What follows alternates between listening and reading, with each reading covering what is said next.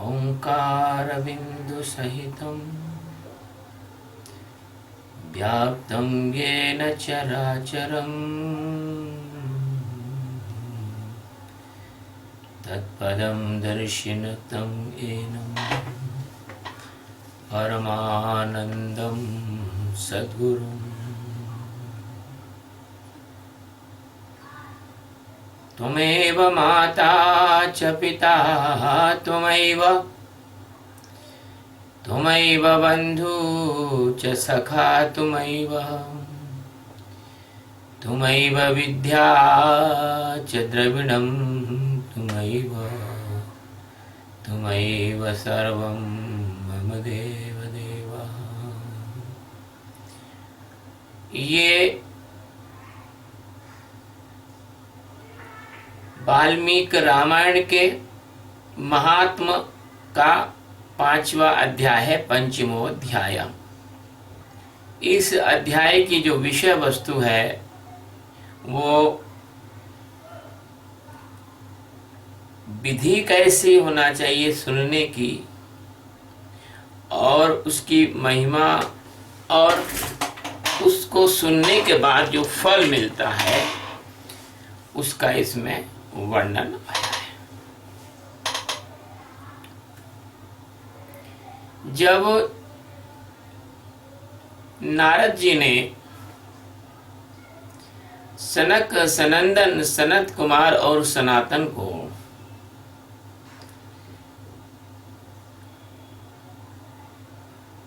इस वाल्मीकि रामायण के सुनने के बारे में, उसके फल के बारे में, उसके इतिहास के बारे में, किसको कितना क्या क्या लाभ हुआ, और ये महापातक नाशनी है, जीव का उद्धार करने वाली है। क्योंकि वैज्ञानिक बात तो ये है कि जीव की जो गति होती है वो उसके अपने मन की, चित्त की, बुद्धि की, अहंकार की, सबको मिला के एक अवस्था होती है।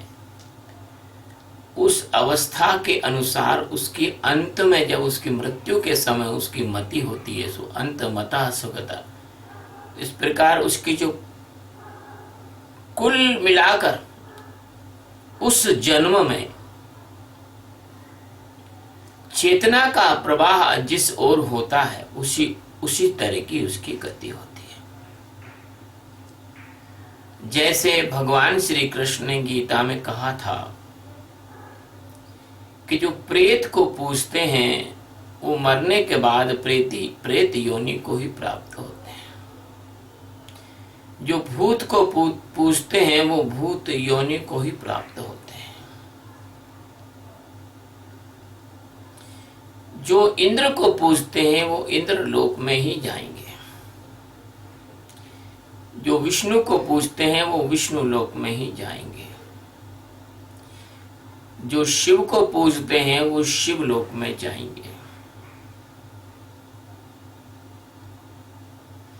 लेकिन जो सद्गुरु के मार्गदर्शन में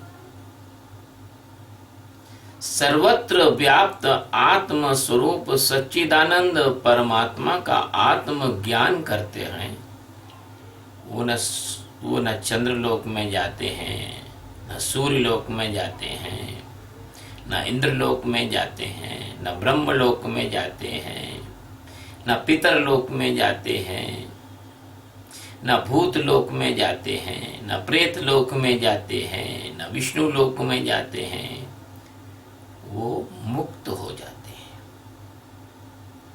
और ये जो रामायण है, वाल्मीकि रामायण, ये मुक्त होने के लिए बहुत अच्छा साधन है। क्योंकि जब इस रामायण को आप सुनेंगे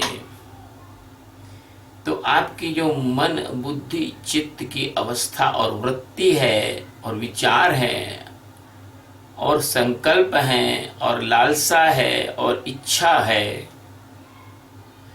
वो सब कुछ संसार की माया से हटकर परमात्मा की ओर हो जाती है। और ये सद्गुरु के लिए बहुत सुविधाजनक स्थिति है।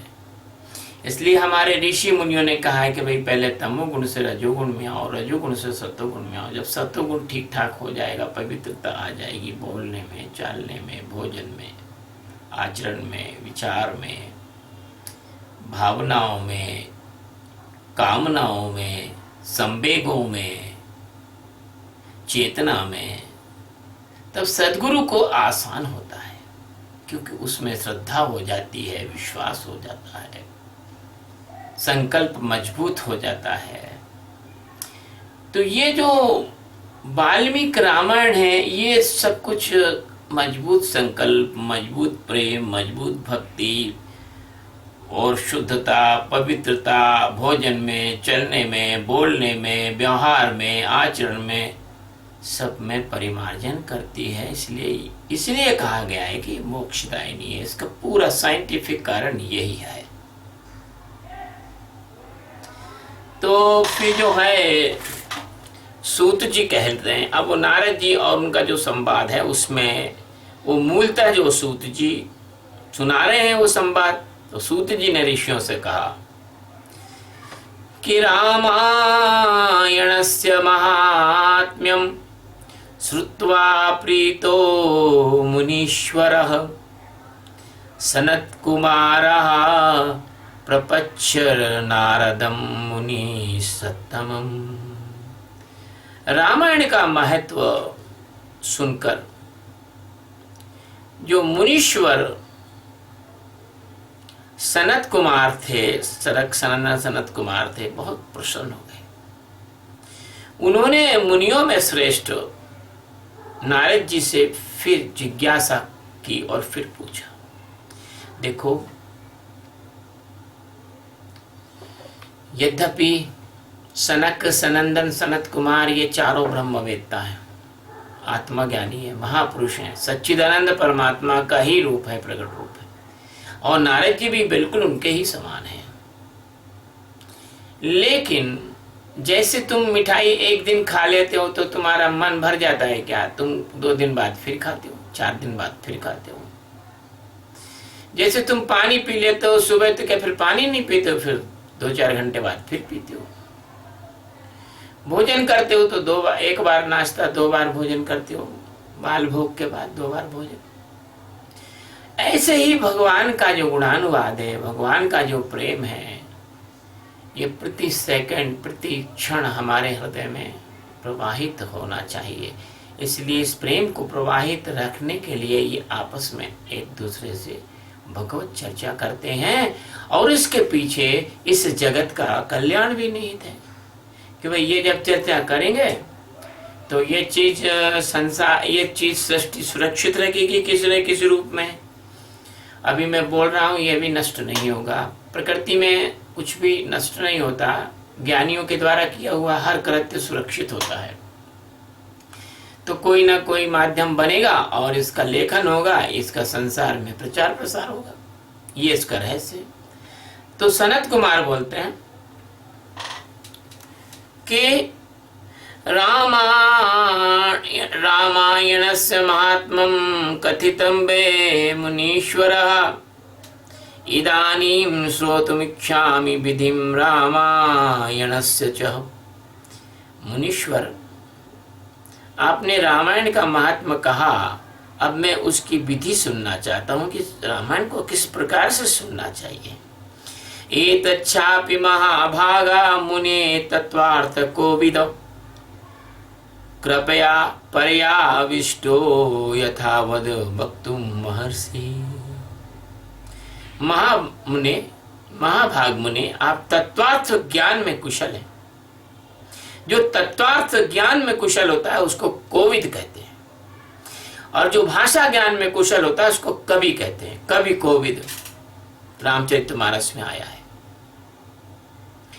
तो अत्यंत कृपा पूर्वक इस विषय को यथार्थ रूप से बताएं, यानी सत्य रूप से हमको बताएं, ताकि हम इसको अपने जीवन में उतारें और हमारे दूसरे जो शिष्य हैं, हमारे प्रेमी हैं, उनको हम इसका मार्गदर्शन करेंगे।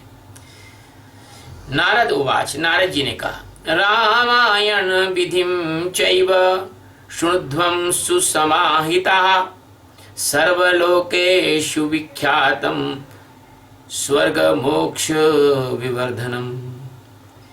महर्षियों, तुम लोग एकाग्र चित्त होकर रामायण की ये कथा की जो विधि थी उसे तुमने सुन लिया है। ये सर्व लोकों में विख्यात है, ये हर लोक के लोग जानते हैं। स्वर्ग और मोक्ष, संपत्ति और सब प्रकार की सहायता देने वाली है ये रामायण है। विधानम तस्य वक्ष्यामि शृणुध्वं गदतो मम रामायण कथाम कुर्वन् भक्ति भावेन भाविता। सबसे पहली चीज, विधान ना हो तो चल जाएगा, कोई तनाव नहीं, लेकिन भक्ति पहले होना ही चाहिए। अगर भक्ति नहीं है तो तुम कितना भी विधान करो, तुम्हारा विधान बिल्कुल वैसा ही बेकार है जैसे कोई मरी हुई लाश का श्रृंगार कर रहा हो।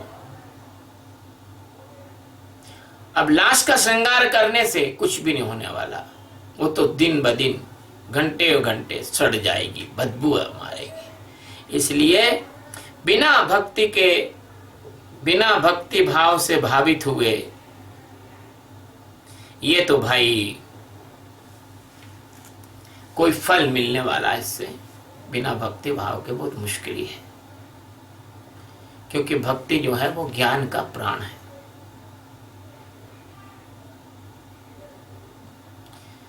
इसलिए सबसे पहली बात है कि भक्ति भाव होना आवश्यक है। हर जगह गुरु के प्रति भी भक्ति भाव जरूरी है, माता पिता के प्रति भी भक्ति भाव जरूरी है, मित्र के प्रति भी भक्ति भाव जरूरी है। यदि मित्र में तुम्हारा प्रेम और भक्ति ना हो, कह रहे भाई कुछ भी हो, तो कहते हैं रामचरितमानस में कहा है कि जो न मित्र दुख होत दुखारी ताहे बिलोकत पातक भारी। भगवान राम ने सुग्रीव से कहा, निज कर दुख रेणु सम माना, मित्र कर दुख सुमेरु सम जाना। तो ये परमात्मा की भक्ति हो मन में तो ही वो आदमी का जो विधि विधान है वो सफल होगा। तो विधि विधान सुना रहा हूँ, सुनो। और राम कथा का जो अनुष्ठान करने वाले वक्ता हैं, मतलब जो आपको राम कथा सुना रहे हैं और जो श्रोता हैं, दोनों में भक्ति भाव होना चाहिए। अगर राम कथा वाला प्रोफेशनल है, वो भक्ति भाव से नहीं सुना रहा है, केवल पैसा कमाने के लिए आपने तय कर लिया कि भाई मैं आपको 55,000 दूंगा, कि 1 लाख दूंगा, कि 2 लाख दूंगा, कि 5 लाख दूंगा, कि 8 लाख दूंगा। हाँ भैया, आप क्या करना, हाँ ठीक है, अब 8 लाख देंगे, आप दक्षिणा हाँ देंगे। अब आपका जो है संगीत वाले भी वो हमारे होंगे, उनके आपको अलग से देना पड़ेंगे। और टेंट भी आएगा, वो भी हमारा ही आएगा भाई। और जो माइक सिस्टम है वो भी हमारा ही आएगा भाई। हाँ आएगा, दे देंगे साहब। और वो जो हम आएंगे उसके हवाई जहाज के टिकट भी आपको बुक करना पड़ेंगे। और हम जहाँ ठहरेंगे हमारे भक्तों और हमारे सहित सबके लिए जो है एक पूरा होटल बुक करना पड़ेगा, उसमें एसी रूम वगैरह। भोजन की सामग्री वो हमारे ही रसोई आएंगे, वही हमारा भोजन और हमारे भक्तों का भोजन वही पकाएंगे, वही बनाएंगे। तुम्हारा भंडारा तुम जानो, उससे हमें मतलब नहीं। तो इस प्रकार के लोग बाद में राम कथा करते करते जो है और दुष्टों के चक्कर में फंस जाते, को भक्ति तो उनमें होती नहीं। प्रोफेशनल हो तो उनका ध्यान पूरा धन में, व्यवस्था में, इसमें संभव होता है। तो उनको क्या है कि उनको लोग फंसा लेते हैं, अभी धर्मी लोग फंसा लेते हैं। अब चूंकि भक्ति नहीं है तो माया होगी, और माया होगी तो काम भी होगा, काम होगा तो क्रोध भी होगा, क्रोध होगा तो लोभ भी होगा। तो फिर वो तुमको फंसा लेते हैं, और फंसाने के बाद क्या करते हैं कि तुम्हारे से कुछ गलत काम, पंडित जी से कुछ गलत काम करवा लेते हैं, उसके वीडियो बना लेते हैं। यही कारण है कि भारत में 5-6 जो है कथावाचक जो लोग आजकल, जिनके आप फेसबुक पर इंटरनेट पर देख रहे हैं, बेचारे गरीब फंस चुके हैं। और वो जैसे ही विधर्मी लोग कहते भैया अब तो तुमको ये जो है राम राम के साथ जो है और दूसरा नाम भी लेना पड़ेगा, मैं तो नहीं लूंगा भैया नाम, पर वो कहते ये नाम लेना पड़ेगा, वो नाम वो लेते हैं। और उनके जो 5,000 10,000 20,000 भक्त सुन रहे हैं, वो सोचे गुरु जी महाराज तो भैया ये नाम ले रहे हैं तो हम भी लो। तो वो तो गुरु महाराज तो सबसे नाम लेवाते हैं। अब उससे क्या होता है कि जो विधर्मी लोग हैं वो उसमें से कमजोर जो लोग होते हैं उनको खींच कर ले जाते हैं और उनको धर्म उनका परिवर्तन करा देते हैं। तो भक्ति नहीं है तो तुम राम कथा भी करोगे ना तो तुम धर्म का नुकसान ही करोगे। इसलिए पहले चुपचाप से आत्मज्ञान प्राप्त करो किसी सदगुरु के चरणों में बैठ के, इसके बाद कथा सुनाना शुरू करना। आत्मज्ञानी नहीं है उसको रामायण की कथा या वेद उपनिषद के बारे में प्रवचन देने का या गीता के बारे में प्रवचन देने का कोई अधिकार नहीं है, कोई अधिकार नहीं है। क्योंकि तुम जब MBBS MS डॉक्टर ही नहीं होया, तुम ऑपरेशन काय को करने लग गए। 10वीं में 6 बार फेल हो गए और चले गए दूर गांव में और नकली डिग्री लगा दी, बन गए डॉक्टर, गले में डाल दिया स्टेथोस्कोप। इसी तरह के ये कथा करने वाले इसी ढंग के हैं।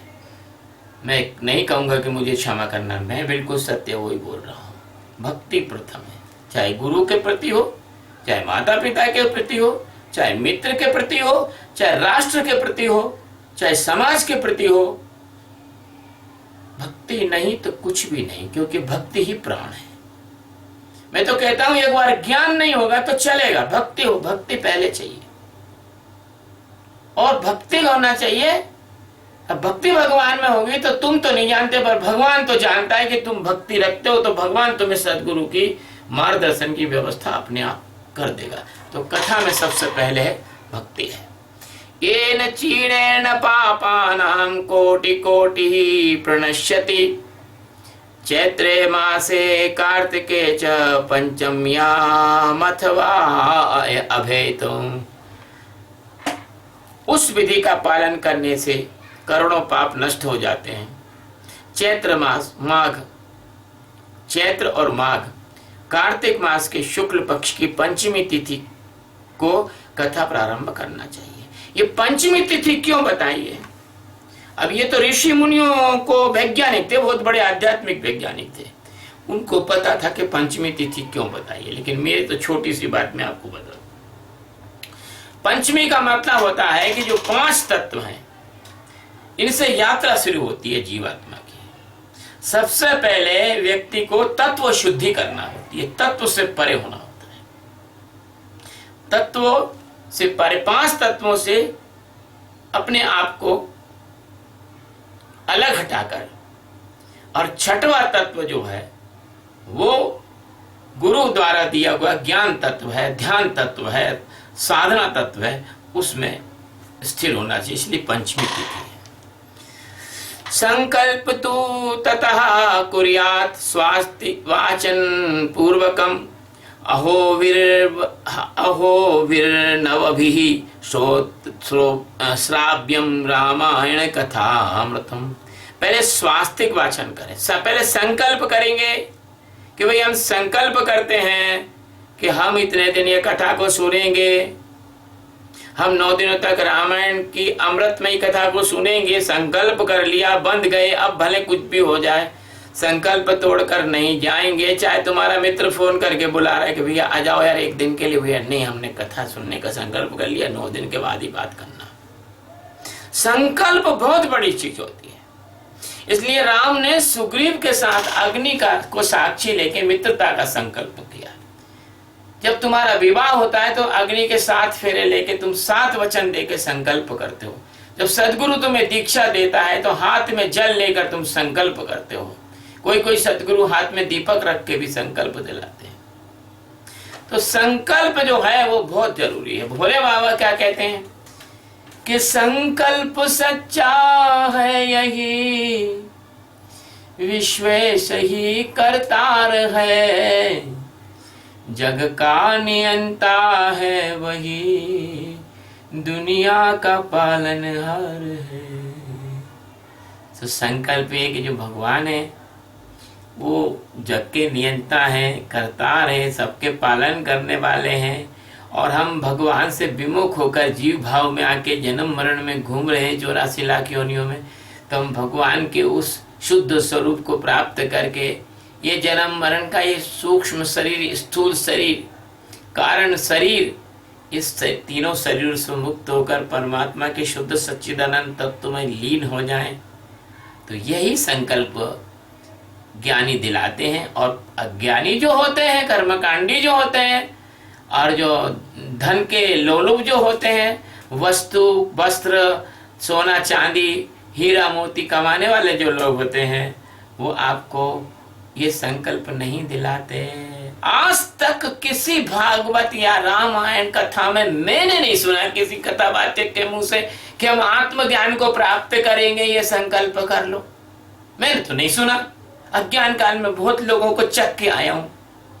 जैसे दत्तात्रेय ने 24 गुरु किए, ऐसे ने 8 भारत के माने हुए जो गुरु माने जाते हैं, जिनके करोड़ों लाखों शिष्य हैं, उनको मैं छोड़कर आया हूं कि तुमको तुम मानते होगे वो गुरु है। मैं तो चख लिया वो गुरु नहीं है, अगुरु है। और देखो कालांतर में उनके काले कारनामे तुमको पता भी लग गए। और अब जो उचका है, अभी एक नया गुरु दक्षिण में उछल रहा है, उसका भी देख लेना थोड़े दिनों बाद क्या होने वाला है। तो कहने का मतलब है, जब आत्मज्ञान नहीं है आप में और आप दुनिया का ठेका ले लिया, इसका मतलब आप काल नेमी हो, सतगुरु नहीं हो। सतगुरु होता है वो जो सतगुरु छोड़ो सच्चा ही आदमी होता है। वो कहता भैया मेरे पास नहीं है दादा, तुम और कहीं से ले लो। और जो ठग होता है वो कहता अच्छा बैठो, मैं व्यवस्था करता हूँ, बिठा लेता है ग्राहक को, पैसे भी रख लेता है, गले में डाल लेता है, और घूम घुमा के आके अच्छा ऐसा करो तुम कल आ जाना, अभी आज नहीं कल ले लूंगा। फिर कल आता है, फिर परसों आता है, फिर आता है, पैसे भी खा जाता है, माल भी नहीं देता। ऐसे भी हमने देखे हैं लोग। तो ऐसा है भाई साहब, जो ताकतवर होता है वो तो फिर जूता मार के पैसा ले लेता है, लेकिन जो कमजोर है बेचारा भग जाता है, क्योंकि गुंडे भी पाल कर रखते हैं वो लोग। तो ऐसे ही ये तुम्हारे, मैं नहीं बोलूंगा कि क्षमा करना, साफ बात है, ऐसे ही तुम्हारे झूठे सदगुरु घूम रहे हैं, फेक गुरु। ये तुम्हारी श्रद्धा ले लेते हैं, तुम्हारा धन ले लेते हैं, तुम्हारा समय ले लेते हैं, और तुम्हारे को जो है उलझा के मार डालते हैं, और उल्टे तुल्टे तुमको लड़ा देते हैं लोगों से कि देखो गुरु के बारे में ऐसा कहा, गुरु के बारे में ऐसा बोल दिया, अब भैया साहब बहानों में आग लगा देंगे, सड़क जाम कर देंगे, और गुरु के बारे में ऐसा कैसे बोल दिया भैया। तो ये कोई आत्मज्ञानी सदगुरु के लक्षण नहीं है। आत्मज्ञानी सदगुरु फालतू का बवंडर नहीं करता, वो सीधा सा कहता चुपचाप से ध्यान करो, आत्मज्ञान प्राप्त करो।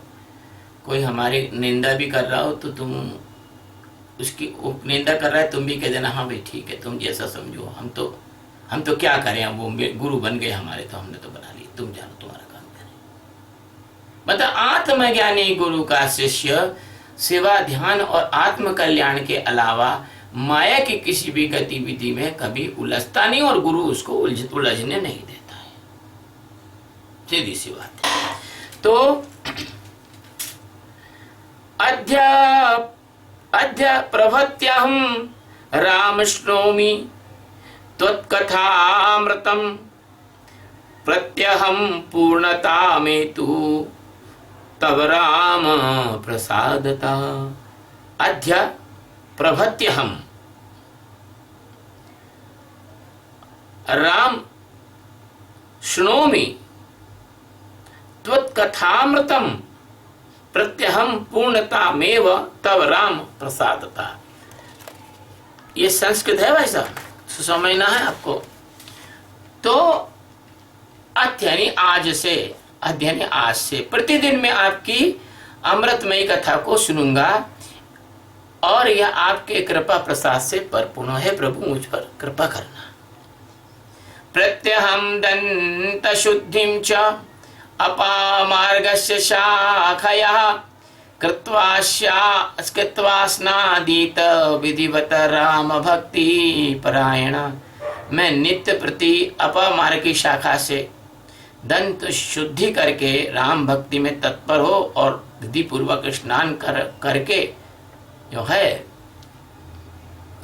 सुने कथा। अब बताइए, उस समय जो अपामार्ग है, जो सड़क के किनारे लगा रहता है, चिरचिटा जिसको कहते हैं, उसकी डंडी से मंजन किया जाता था, दांत साफ किए जाते थे। हमारी बहनें जब हरतारा तीज करती हैं, ऋषि पंचमी करती हैं, तो अपामार्ग से ही करती हैं।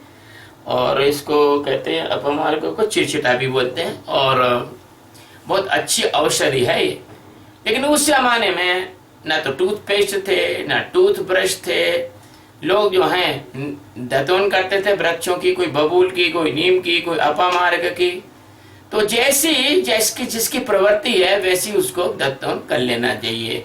अगर दांतों में किसी प्रकार का कोई कष्ट है तो नीम की दतौन कर लो, दांत कमजोर हैं तो बबूल की दतौन कर लो, दांत में अधिक मल है, बदबू आती है तो अपामार्ग की दतौन कर लो, और अगर दांत में और कोई तकलीफ है तो वज्रदंती वृक्ष आता है, उसकी पत्तियां चबा के उसकी दतौन कर लो।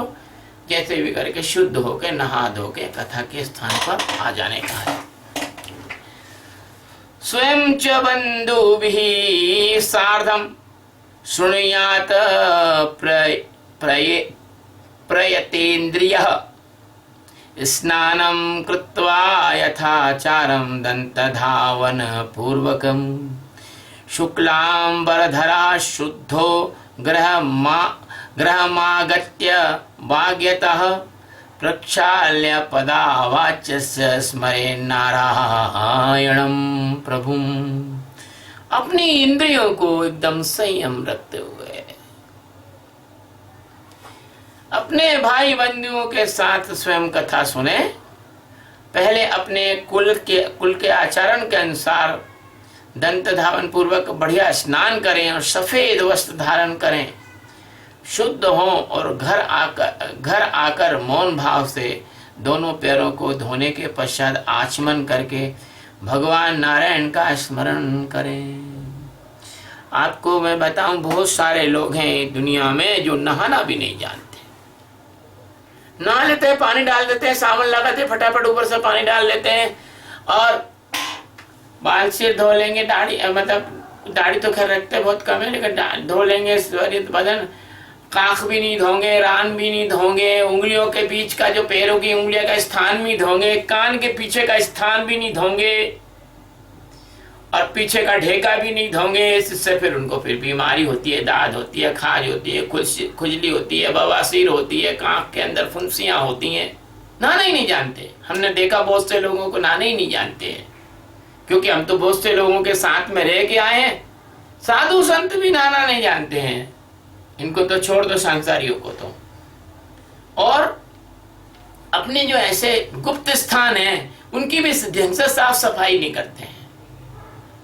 बेचारी महिलाओं को तो ऐसे कर लिया उन्होंने कि बेचारे कपड़े पहन के पानी डाल के नहा लेती हैं, इतनी ज्यादा बंधन में डाल दिया। अरे भैया, साफ सफाई करने का अधिकार स्त्री पुरुष बच्चा वृद्ध बालक सबको है। तो भगवान इसमें कह रहे हैं कि अच्छे से स्नान करके, अच्छे से स्नान करने का मतलब है शरीर के किसी भी अंग में किसी भी प्रकार का मैल पसीना या जो मृत कोशिका है, डेड सेल्स हैं, वो नहीं रहे। आप बढ़िया रगड़ के स्नान करें। स्नान करने के बाद सफेद वस्त्र पहने, सफेद वस्त्र पहनने के बाद भगवान का ध्यान करें, भगवान नारायण का ध्यान करें और फिर उस ध्यान करने के बाद में भक्ति भाव पूर्वक धीरे धीरे जहाँ कथा हो रही है वहां की ओर प्रस्थान करें।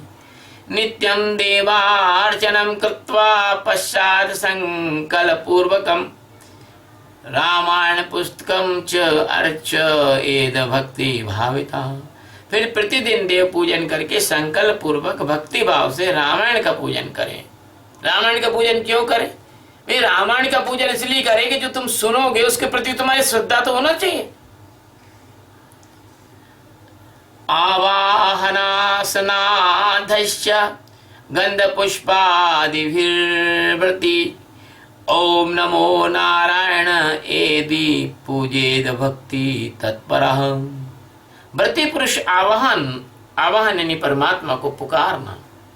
आसन अच्छे से बैठ गए, गंध मतलब सुगंध पूर्वक, जैसे अपना गूगल है ना, इसको गूगल की गंध है और पुष्पों की गंध है और कोई अच्छा इत्र है, सेंट नहीं इत्र, परफ्यूम नहीं इत्र, आप जो अच्छा लगता है वो उसको लगाएं और भगवान को भी अर्पित करें। ओम नमो नारायण इस मंत्र से भक्ति परायण होकर भगवान का पूजन करें। एक बारम द्विवारम वा त्रिवारम वापि शक्तितः होमं कुर्याद प्रयत्नेन सर्व पाप निवृत्तये। संपूर्ण पापों की निवृत्ति के लिए अपनी शक्ति के अनुसार, यदि आपके पास पैसा है, समय है, तो जैसे उसके अनुसार 1 बार 2 बार 3 बार बड़े प्रेम पूर्वक प्रयत्न पूर्वक आप होम करें। होम करें मतलब अग्नि को आहुति दें। अग्नि को आहुति देने से, ये गधे लोग नहीं समझते इस बात को। हमारे यहाँ हर जगह रोज जो है सुबह शाम हवन होता था, संध्या होती थी, संध्या का अंग है हवन होता था, तो वातावरण में एक दिव्य सुगंध रहती थी और जो हानिकारक बैक्टीरिया है, वायरस है, ऐसी चीजें ये समाप्त हो जाती थी। क्योंकि जो कि वातावरण में, वायुमंडल में जब ये वन औषधियों की सुगंध व्याप्त हो जाती है तो ये जो वायरस होते हैं उस गंध के अंदर इनका प्रवेश करना संभव नहीं होता है। लेकिन अब तो भाई दुनिया भर के परफ्यूम बस लगा लेंगे कुछ सुगंध बदलनाथ। और अगरबत्ती में क्या है, बांस का डंडे में वो उनने लगा दिया पेस्ट। अगरबत्ती बिल्कुल ठीक नहीं। अगरबत्ती की जगह आप गूगल जलाएं, वो ठीक रहेगा, है ना। अगरबत्ती की जगह गूगल जलाएं। और लोभान तो कभी भूल के मत जलाना। लोभान जलाने से भूत प्रेत आते हैं घर के अंदर। ये लोभान विधर्मी लोग जलाते हैं अपनी मजारों पे, क्योंकि उनको जो है, उनको उनके जो गड़े हुए हैं जो मुर्दे हैं, क्योंकि उनका जब तक मनुष्य का शरीर नष्ट नहीं होता तब तक वो जीव उस शरीर को छोड़ के जाता नहीं और अगला जन्म लेता नहीं, इसलिए वहां अगले जन्म की भी प्रथा नहीं है। तो उन प्रेतों के लिए जलाते हैं। तुम प्रेतों को पूजने वहां जो जाते हैं, मैं उनसे कहता हूँ तुम्हें धिक्कार है कि तुम अपने भगवान हनुमान जी, गणेश जी, विष्णु भगवान, माता जी, इतने देवी देवता हैं, इनसे तुम्हारा पेट नहीं भरा। कोई तुमको गपड़ेबाजी झूठी सच्ची कहानी सुना देता है, तुम चले जाते हो वहां पर। ये विषय अभी नहीं है, लेकिन बाद में बताऊं। तो अपन को रोज घर में हवन करना चाहिए। एवं यह प्रियतः कुर्याद रामायण विधिम तथा सयाति विष्णु भवनम पुनरावृत्ति दुर्लभम। इस प्रकार जो मन और इंद्रियों को संयम करके रामायण का विधि का अनुष्ठान करता है वह भगवान विष्णु के धाम में जाता है। वहां से लौटकर वह संसार में नहीं आता, उसकी मुक्ति हो जाती है। बात गहरी है। रामायण व्रतधरो धर्मकारी च सत्तम चांडाल पतितम वापि वस्त्रानेनपि नार्चयेत। जो रामायण संबंधी व्रत को धारण करने वाला धर्मात्मा है वह श्रेष्ठ पुरुष चांडाल अथवा पतित मनुष्य का वस्त्र और अन्न से भी सत्कार न करे। चांडाल का मतलब क्या होता है? चांडाल का मतलब ये जाति वगैरह नहीं। चांडाल का मतलब है जो मलिन रहता हो, मुर्दे का मांस खाता हो, जिसका जो साफ सफाई से नहीं रहता हो, जो गाय का मांस खाता हो, जो पशु पक्षियों का वध करता हो, जो हिंसा मन वाणी और कर्म से हिंसा करता हो, वो चांडाल है। वो चांडाल है। वो चांडाल को क्यों नहीं करे? क्योंकि उसका जो संस्कार है वह पवित्र काम में जा रहा है, रामचरितमानस सुनने जा रहा है। उसका जो संस्कार है, उसकी जो वाइब्रेशन है, उसके अंदर की जो वृत्ति है, उसका जो एक स्मृति है, वो रामायण सुनेगा चांडाल याद आ जाएगा। बताइए वो मिला था यार, अपन उसको कपड़ा दे दिया, अपने को ये अभी थोड़ा सा सेवा करो। लेकिन जब इस समय जब रामचरितमानस ये वाल्मीकि रामायण आप सुन रहे हो तब थोड़ा सा नेगेटिविटी से बच के रहो, नकारात्मक वृत्तियों से बच के रहो। और कोई बात नहीं, इसमें घृणा नहीं है। नास्तिकान भिन्न मर्यादान निंदकान पशु नानपि रामायण व्रत परो वाण्य मात्रेणापि नर्चयेत। जो नास्तिक है, भगवान को नहीं मानता, अब तुम जा रहे हो कथा सुनने, उसने तुम्हारे दिमाग में कील ठोक दिया, अरे कहाँ जा रहे हो, कहाँ हुआ, भगवान होता है कहाँ है, बताओ भगवान कहाँ है, बताओ सिद्ध करो भगवान कहाँ है। हमारा तुम तो कहते हैं भगवान है ही नहीं है। अब बताओ, उस गधे ने तुम्हारे दिमाग में जो है एक विचार डाल दिया, तुम रामचरितमानस सुन रहे हो, वाल्मीकि रामायण, और तुम्हारे अंदर उसने जो एक जहर की बूंद फेंक दी, वो दिमाग में तुम्हारे घूमते रहेगी, क्योंकि ये मन का स्वभाव है। जैसे जैसे जहां पर मुंह में जरा सा छाला हो जाए जीभ वहीं जाती है, ऐसे मन नकारात्मकता की ओर जाता है। जैसे सुअर गंदगी की ओर जाता है, जैसे कौआ जो है नाली की ओर जाता है, ऐसे मन जो है 1000 सकारात्मक चीज छोड़ के एक नकारात्मक चीज की ओर जाता है। इसीलिए इसमें हमने इसलिए ऋषि मुनियों ने निषेध किया है इसका। मर्यादा, धर्म मर्यादा को तोड़ने वाले, जो धर्म की मर्यादा को तोड़ते हैं, जैसे कम्युनिस्ट, जैसे नक्सलवादी, जैसे राम के विरोधी, जैसे भगवान के विरोधी, जैसे मंदिरों को तोड़ने वाले, जैसे मूर्तियों को तोड़ने वाले, ऐसे लोगों को कभी भी वाणी मात्र से भी आदर नहीं करें, उनका सम्मान नहीं करें। पर निंदक जो दूसरों की निंदा करते हैं, जैसे तुम ही जा रहे हो, तुम ही चले गए, फिर बाद में बड़ा भगत बना फिर रहा है, देख लो सफेद कपड़े पहन के ढोंगी गया है कहीं पे कथा सुनने के लिए, और वहां से लुट पिट के आ जाएगा, पैसे जड़ा के आ जाएगा, कुछ मिलना है नहीं है, फोकट का समय बर्बाद कर रहा है। इससे तो दुकान पे बैठता तो 2 पैसे कमा लेता, इससे तो अच्छा है कि जाके कहीं खड्डा खोदता तो उसको जो है 200 रुपए मिल जाते। तो इस प्रकार के जो लोग निंदा करने वाले लोग हैं, ये आपको परमात्मा के मार्ग में बाधा डालते हैं। क्योंकि तू भैया 200 रुपए कमा लो, नहीं 2 करोड़ कमा लूं, लेकिन जब प्राण मेरे कंठ से निकलेंगे तो वो 2 करोड़ रुपए मेरे काम आएंगे क्या? वो राज कपूर जो है मंच पे मर गए, वो पुरस्कार लेने गए थे, उसका दादा साहब फाल्के पुरस्कार, मंच पे ही मर गए वो तो। ना तो उनको पुरस्कार देने वालों ने रोक पाया, ना कोई डॉक्टर ने रोक पाया, ना उनके करोड़ों अरबों खरबों रुपए उनको नहीं रोक पाए। और भी कई लोग हैं, मैं नाम नहीं बताना चाहता हूं, जिनकी 60,000 करोड़ रुपए की संपत्ति थी और पेट्रोल पंप पे पेट्रोल भरने से उनने अपनी जिंदगी शुरू करी थी, और वो मर गए। उनके 2 बच्चे अभी भारत के बड़े, पूरे विश्व के बड़े धनवान आदमी कहलाते हैं, मौत को नहीं रोक पाए। तो तुम मौत को नहीं रोक पाते हो और तुम बातें तो बड़ी बड़ी छोड़ते हो, चुगली तो बहुत करते हो। चुगलखोरों से भी बच के रहना का, क्योंकि चुगलखोर अपनी चेतना में निराशा लाते हैं। वो निंदा करने वाले निंदक अपने अंदर निराशा लाते हैं, क्योंकि वो उनकी जो निंदा से निपटे कि अपन भगवान का भजन करें। इसीलिए संतों ने कहा है कि लाख करोड़ी माया जोड़ी, कर कर कपट कमाई रे, अंत तेरे साथ न जावेगी भाई रे। अंत समय तेरे साथ में नहीं जाएगी। ऐसे एक संत ने और कहा कि करके छल कपट के कर माया जोड़ी, धनी बड़े लासानी, लक्षपति बन गए। जब पुराने जमाने के बाद लखपति बहुत बड़ा माना जाता था, तो लखपति गली गले मिल जाएंगे। तो अंत में जब जमराज ने पकड़ा गला, तो वो न माया तुम्हें बचा पाई, न तुम्हारे घर वाले बचा पाए, न तुम्हारी प्रशंसा करने वाले बचा पाए, न तुम्हारी निंदा करने वाले बचा पाए। हाँ, मैं यहाँ बता दूं कि निंदा करने वाले और प्रशंसा करने वाले दोनों से ही बच के रहो, क्योंकि प्रशंसा करना ये मीठा जहर है और निंदा करना ये तीखा जहर है। ये तीखा जहर है, दोनों ही जहर है। तो इनका आदर ना करें। कुंडाशिनम गायकम च तथा देवलकाशनम, भिषजम काव्यकर्तारम,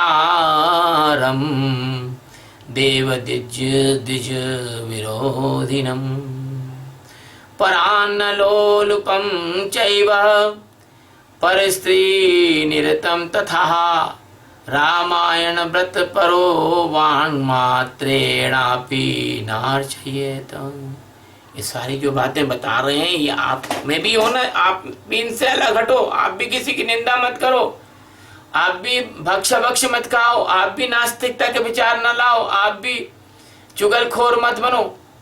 ये दूसरों के लिए नहीं, आपके लिए भी है।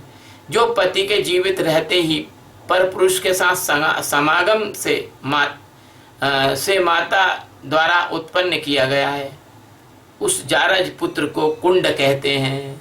पिता मौजूद है लेकिन किसी कारण से बच्चे नहीं हो रहे, तो माँ गई और दूसरे से गर्भाधान करा के आ गई। उससे जो उत्पन्न बच्चा है उसको जारज कहते हैं, पुत्र कहते हैं, कुंड कहते हैं। ऐसे कुंड के यहाँ जो भोजन करता है, जो गीत गाकर जीविका चलाता है, यदि ऐसे कुंड के यहाँ, ऐसे व्यक्ति के यहाँ जो भोजन करता है, वो व्यक्ति आपके आध्यात्मिक यात्रा में बहुत बाधा डालेगा। उससे बच के रहिए। और आप कहोगे कि हमको कैसे पता लगेगा? सब पता लग जाता है, दिल बता देता है, सब पता लग जाता है। हाँ, और जो उस कुंड का भोजन करता है उससे बचकर रखो। और जो गीत गाकर जीविका चलाता है, जो ऐसे गीत गाता है केवल गा बजाकर, मिरासी है और अपना भोजन कमाता है, जो देवता पर चढ़ी हुई वस्तु का उपभोग करने वाले का अन्न खाता है। श्रीमान जी, शायद आपने रामायण में कथा सुनी हो, न सुनी हो, एक कुत्ते वाली, वो सुन लेना कभी। भगवान के ऊपर चढ़ी हुई वस्तु को जो खाता है, उस पर रहता है, उसके लिए फिर बहुत कठिन तपस्या करना पड़ती है, वरना वो जो है वो एक तरह का बड़ा कठिन आहार है। देवता पर चढ़ी वस्तु का उपभोग करने वाले मनुष्य का अन्न खाता है। वैद्य है, वैद्य का भी अपने को बचना चाहिए। को वैद्य के पास, वैद्य को क्या लेना देना, पापी हो पुण्य हो, तो सबका पैसा लेता है। लोगों की मिथ्या प्रशंसा में कविता लिखता है, ऐसा कवि जो दूसरों की प्रशंसा में कविता लिखता हो, है ना। बड़े महाराजों नेताओं की प्रशंसा, ओ फलाने नेता तो बड़े महान, उनके तो इधर तिल है, तो वो ऐसे चलते हैं, तो उनकी तो ऐसी वाणी है, तो वो तो भगवान जैसे हैं, तो वो ऐसे हैं, वो तो वैसे हैं, उनकी प्रशंसा में कविता लिख रहा है, गधा कहीं का। ऐसे ऐसे जो कवि होते हैं, इन कवियों में से बचना है। देवता और ब्राह्मणों का जो विरोध करता है, पराये अन्न का जो लोभी है, दूसरे का अन्न खाना चाहता है। हमने कई लोग हमने जिंदगी में देखे, बस वो भोजन करने के लालची, भोजन करने के लालची। एक गुप्ता जी थे, वो हमसे, हम जब अज्ञानवान हुआ नहीं था, हम कहते हमको तो हनुमान जी के दर्शन होते हैं, तो हम तो भगवान से प्रेम करते थे। तो कहाँ होते? बोले रात को आते हैं सपने में। तो मैंने कहा हनुमान जी से हमारा भी निवेदन कर देना। बोले कर देंगे, अभी हमको भजिया डाली कड़ी बनवाओ और पराठे बनवाओ शुद्ध की, हम बनवा दें, उनको खाएं, फिर वो चले जाएं, 2 दिन बाद फिर आ जाएं। अरे हनुमान जी की कृपा से उनकी इच्छा है कि आज खीर बनाओ, खीर का भोग लगाना चाहते, खीर बना के खिला दे। ऐसे उन्होंने कई महीनों तक खाया पिया। अब हमने हमारे वित्तीय स्थिति से खिलाया उनको, हमने नहीं खाया, उनको तो खिलाया। नहीं थे पैसे तो भी कोई बात नहीं, भगवान की जो इच्छा थी, भगवान के प्रति हमारा प्रेम था। अब हमको हुआ आत्मज्ञान, और गुप्ता जी आ गए आत्मज्ञान के बाद में भटकते हुए, वो उस स्थान को हम छोड़ चुके थे, हम आ गए इंदौर। गुप्ता जी आ गए। गुप्ता जी से हमने पूछा, क्यों भाई क्या हाल है गुप्ता जी? हनुमान जी आते? हाँ आते। क्या चल रहा है? बढ़िया चल रहा है। वो तो हनुमान जी तो आपकी बहुत प्रशंसा करते हैं। हनुमान जी ने आज कहा है कि 2.5 किलो मिठाई और 1.5 किलो बादाम, ये आप हमें बांध दो, तो हम जाएंगे वहां पे हनुमान जी को भोग लगा के और प्रसाद बनाएंगे, प्रसाद बना के भोग लगाएंगे। हमने कहा हम तो बांध देंगे, कोई टेंशन, लेकिन हमको राम जी के दर्शन हो चुके हैं गुप्ता जी। तो उन्होंने कहा हाँ, और गुप्ता जी, राम जी ने कहा है कि तुम हमें बेवकूफ बना रहे हो, तुमको ना तो पहले भी हनुमान जी आते थे ना अभी हनुमान जी आ रहे हैं। तो गुप्ता जी एकदम से सटपटा गए, एकदम घबरा गए। मैंने घबराओ मत, धर्म के नाम पर, भगवान के नाम पर ठगना बंद कर दो। ऐसे भी लोग घूम रहे हैं दुनिया में। तो उनके बारे में कहा है वाल्मीकि रामायण में कि जो पराये अन्न का लोभी है और पर स्त्री में आसक्त रहता है। अब कोई महाराज जी के पास जाओ अपनी पत्नी को लेकर, तो तुमको कम देख रहे हो, तुम्हारी पत्नी को ज्यादा देख रहे हैं। फिर तरह तरह की तरकीब लगा रहे हैं कि पत्नी तुम्हारी मिल जाए, उनको डर भय दिखाएंगे, तरकीब लगाएंगे, अरे तुम्हारा तो ऐसा है, ग्रह बड़े नक्षत्र खराब है, तुम्हारे पति की मृत्यु हो सकती है, फलाना हो सकता है, एक काम करो अपन अनुष्ठान कर ले, पति को मत बताना। ऐसे नीच लोगों के यहाँ पर जो रामायण का भगवान राम का भक्त है, वो ऐसे जो पर स्त्री में जिनका मन आसक्त रहता है, ऐसे लोगों के पास कभी भी खड़े भी मत होना, ऐसे लोगों से कभी संबंध नहीं रखना। ऐसे मनुष्य का भी रामायण प्रति पुरुष वाणी मात्र से भी आदर नहीं करे, उनका आदर भी मत करो, नमस्कार भी मत करो उनको। ये कहती है ये वाल्मीकि रामायण, स्कंद पुराण कहता है।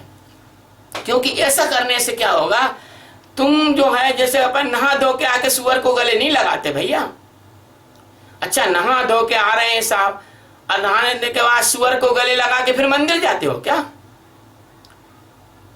ये कहते हैं अस्पृश्यता। अरे अस्पृश्यता की बात नहीं है भैया, पवित्रता की बात है।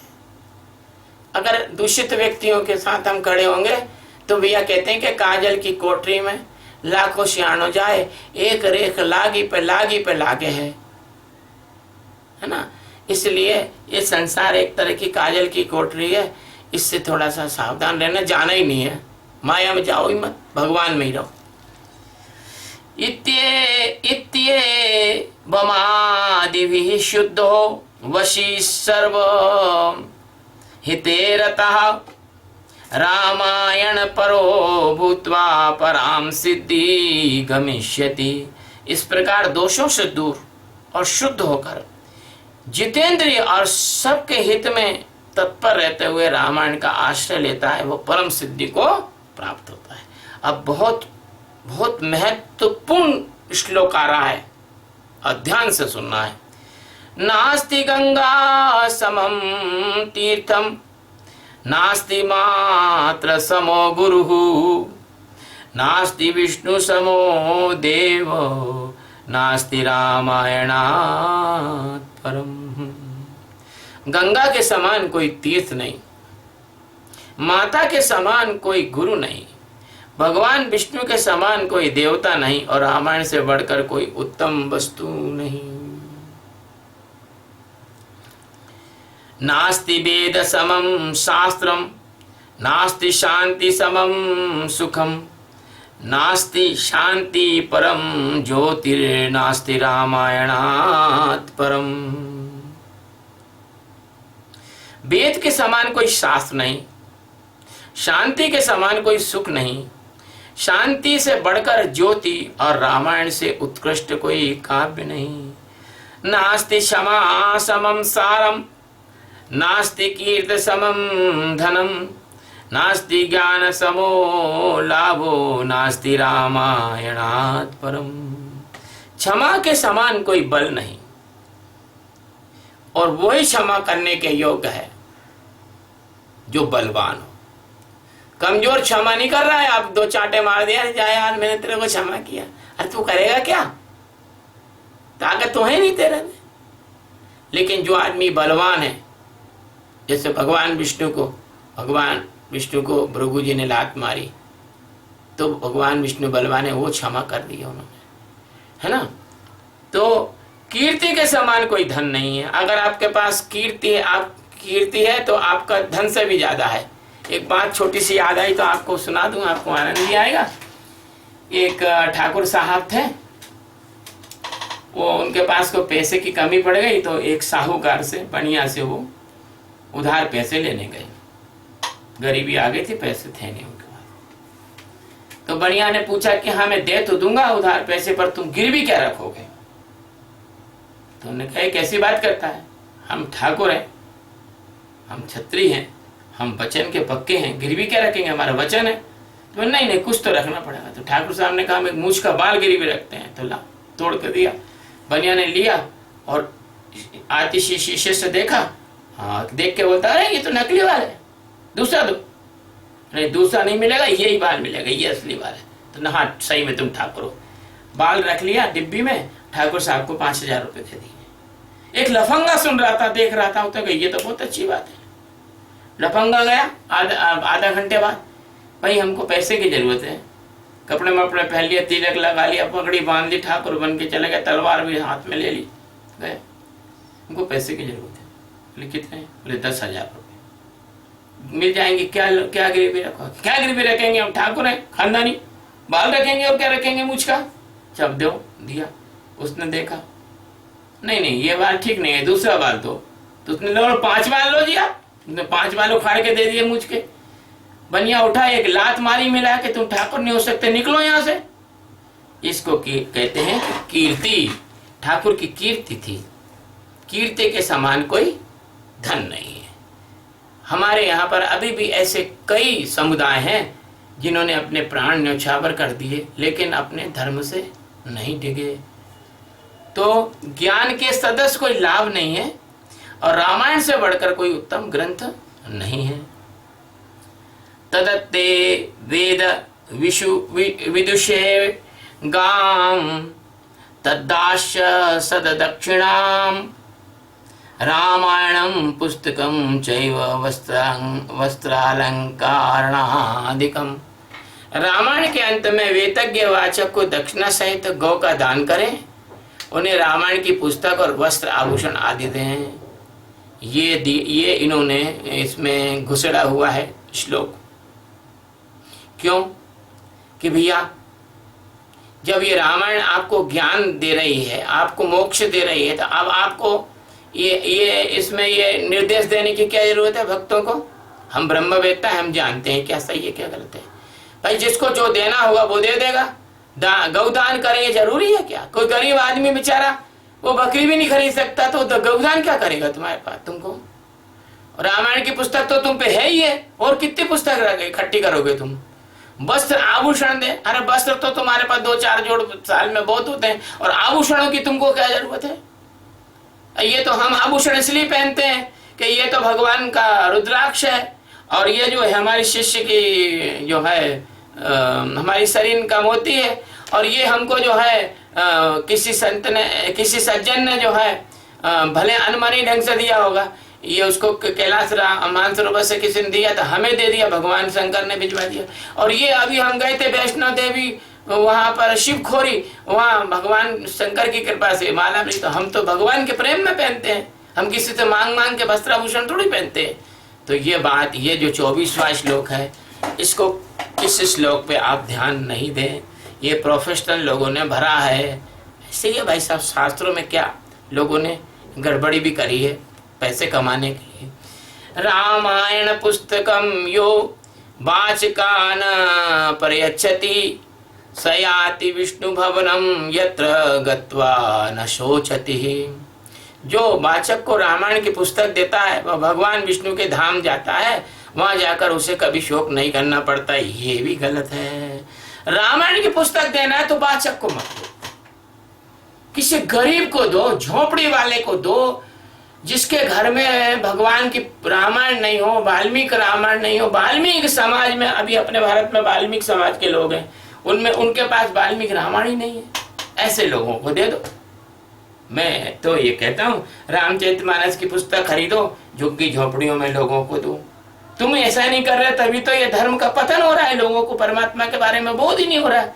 तुम उसको पंडित जी के तो पास ऑलरेडी शास्त्र मौजूद है, रामायण गीता है, उपनिषद सब है, उनको देके क्या करोगे तुम? ये अब थोड़ा बदलना पड़ेगा इसको। माना कि कभी प्राचीन काल में ये समाचीन था, लेकिन अब समाचीन नहीं है।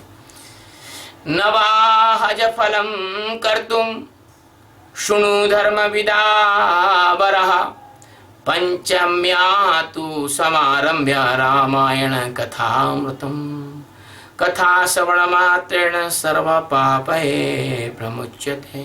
धर्मात्मा में श्रेष्ठ सनत कुमार, रामायण की नवा कथा सुनने से यमराज यजमान को जो फल प्राप्त होता है उसे सुनो। पंचमी तिथि को रामायण की अमृतमयी कथा को आरंभ करके श्रवण मात्र से मनुष्य सब पापों से मुक्त हो जाता है। हाँ ठीक है, यजमान को तो फल प्राप्त होता है, लेकिन जो पढ़ रहे हो तुम्हें भी तो फल प्राप्त होगा, दोनों को फल प्राप्त होगा। जो सुना रहा है उसको भी, जो सुन रहा है उसको भी, है ना।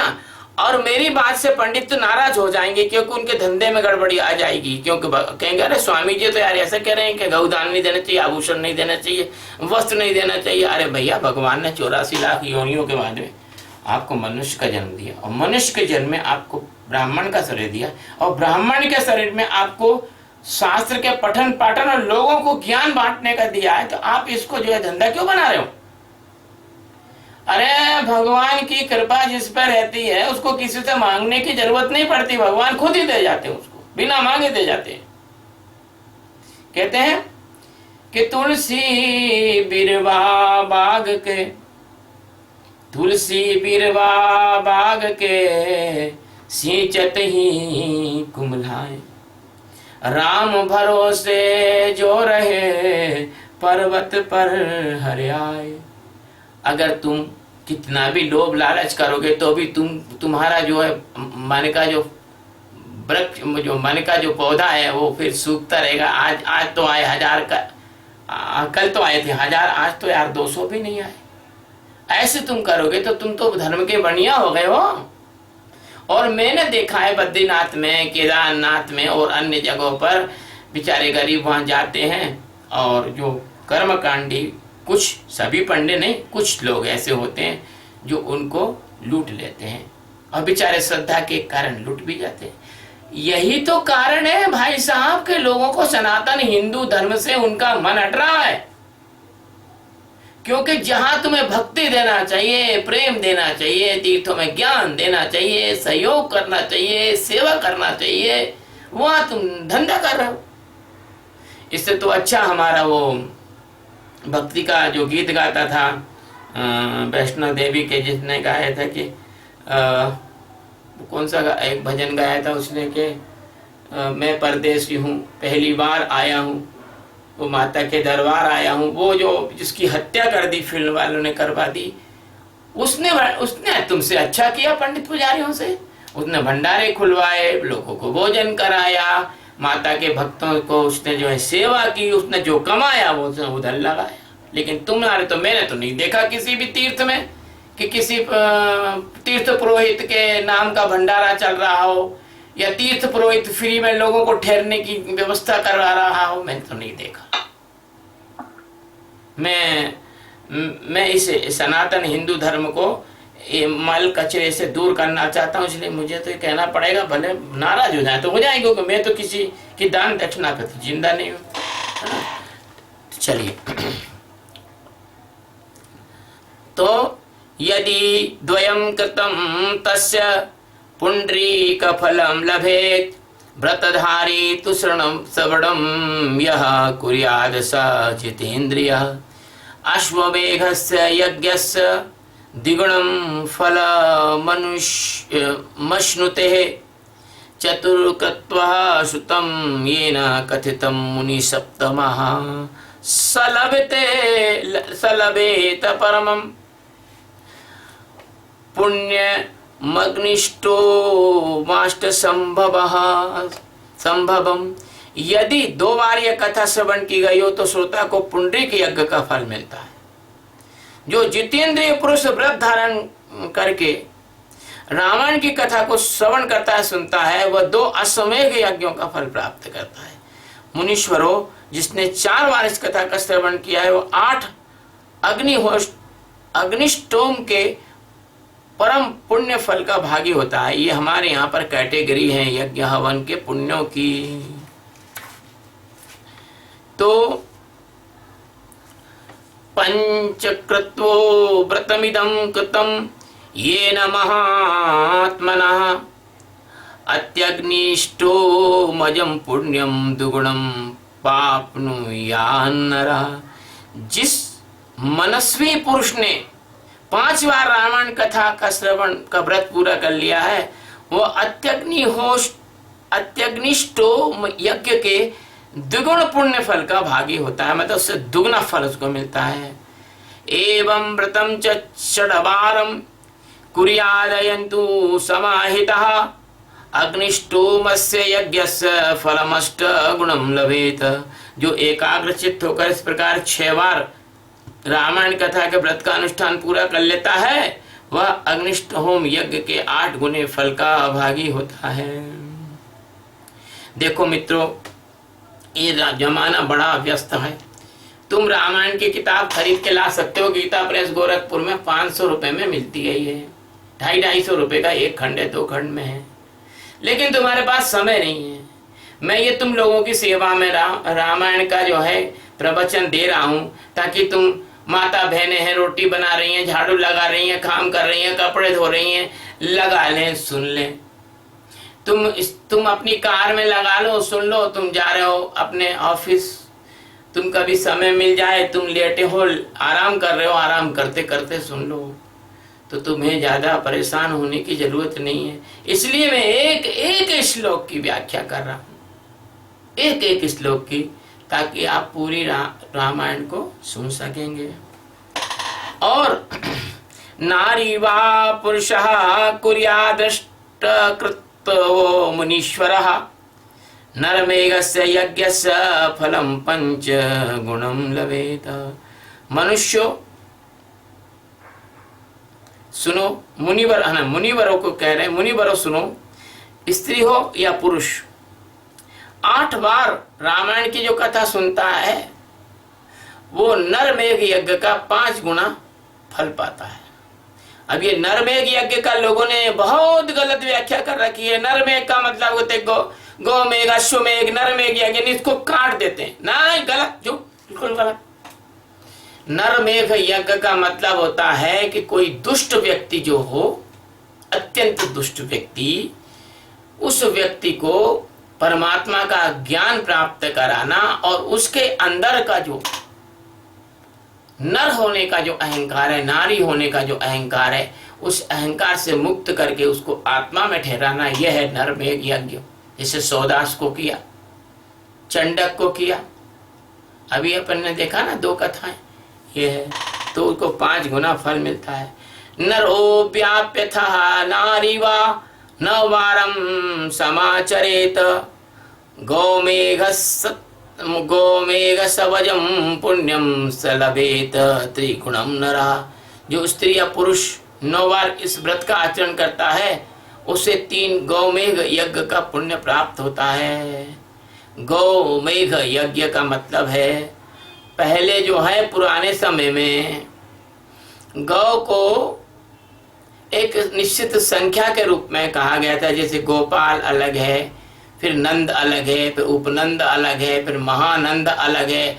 गोपाल के पास इतनी गौ होना चाहिए, उपनंद के बाद इतनी गौ होना चाहिए, महानंद के बाद इतनी गौ होना चाहिए। गौ मेघ यज्ञ का मतलब है कि यदि कोई कसाई या धर्म विरोधी व्यक्ति किसी गाय को काट रहा है या काटने ले जा रहा है, उस गाय को बचाना और उसके लिए राजा दिलीप की तरह अपनी जान लगा देना, जैसे राजा दिलीप ने लगा दी थी जान।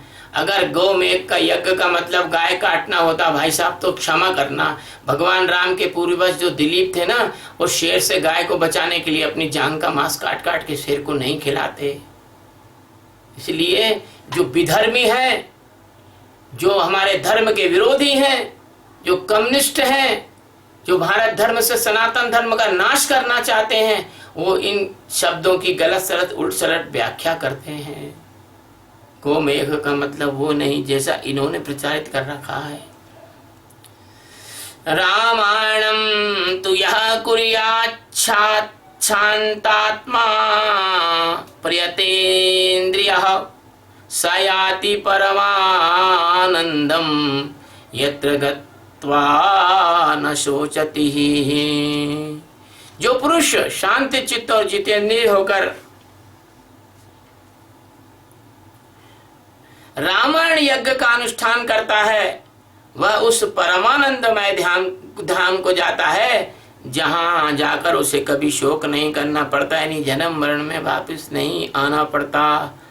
तो आज इस 5वें अध्याय का 34 श्लोक तक लेंगे और अगले 34 श्लोक हम कल लेंगे।